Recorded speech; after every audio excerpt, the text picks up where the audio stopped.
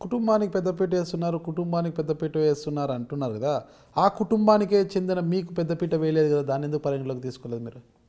గతంలో ఆ కుటుంబానికి నేను చెంది ఉండొచ్చు, కానీ ఇప్పుడు నేను ఆ కుటుంబ సభ్యురాలుగా కొనసాగుతలేను. నేను ఇప్పుడు కాంగ్రెస్ కుటుంబంలో నేను ఒక సభ్యురాలిని.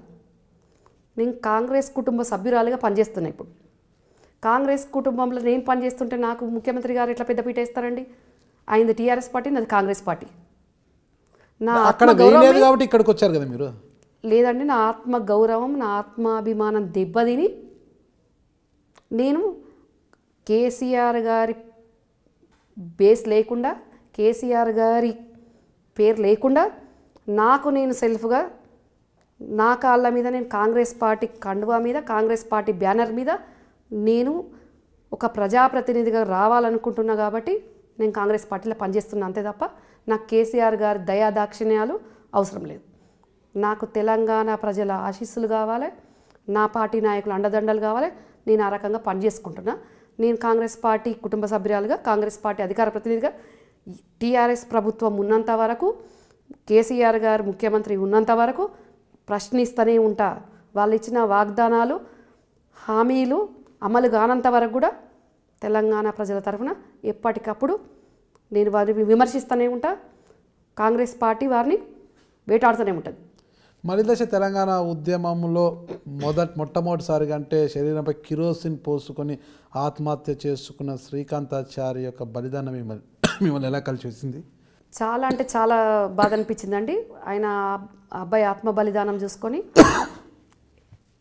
ఎందుకంటే తెలంగాణ వస్తే మాకు ఉద్యోగాలు వస్తాయి, మా కుటుంబాలు బాగుపడతాయి, ఉండి లేని కుటుంబాల నుండి వచ్చి మేము చదువుకున్నాము, అయినా కూడా ఈరోజు తెలంగాణ కోసం మేమందరం పనిచేసినాము, తెలంగాణ రావాలి అనే దాంట్లో పాపం శ్రీకాంతాచారి కాల్చుకున్నాడండి. చాలా అంటే చాలా బాధ అనిపించింది. శ్రీకాంతాచారి గారి మరణాన్ని అందరు చూసిండ్రు, ముఖ్యమంత్రి గారు కూడా చూసిండ్రు.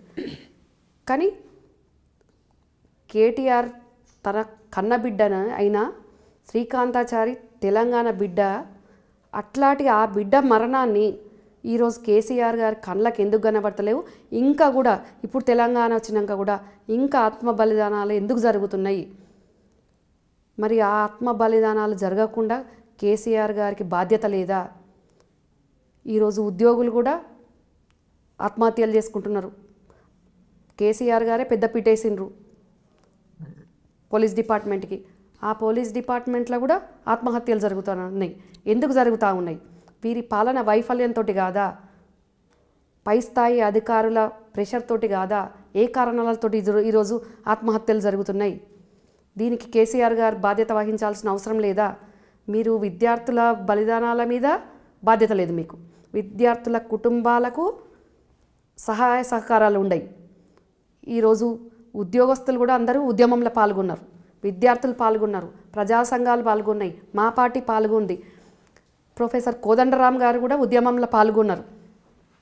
ప్రొఫెసర్ కోదండరామ్ గారిని జేఏసీని పుట్టించి జేఏసీకి ఆయన నాయకత్వం వహించేటట్టు చేసింది కూడా ఈ ముఖ్యమంత్రి గారే. అట్లాంటి ముఖ్యమంత్రి గారు ఈరోజు కోదండరామ్ గారిని, వారి కొడుకైన కేటీఆర్ గారు, అసలు కోదండరామ్ గారి అర్హత ఎక్కడ, కేటీఆర్ అర్హత ఎక్కడ, ఆయన అనుభవం ఎక్కడ, ఈయన అనుభవం ఎక్కడ?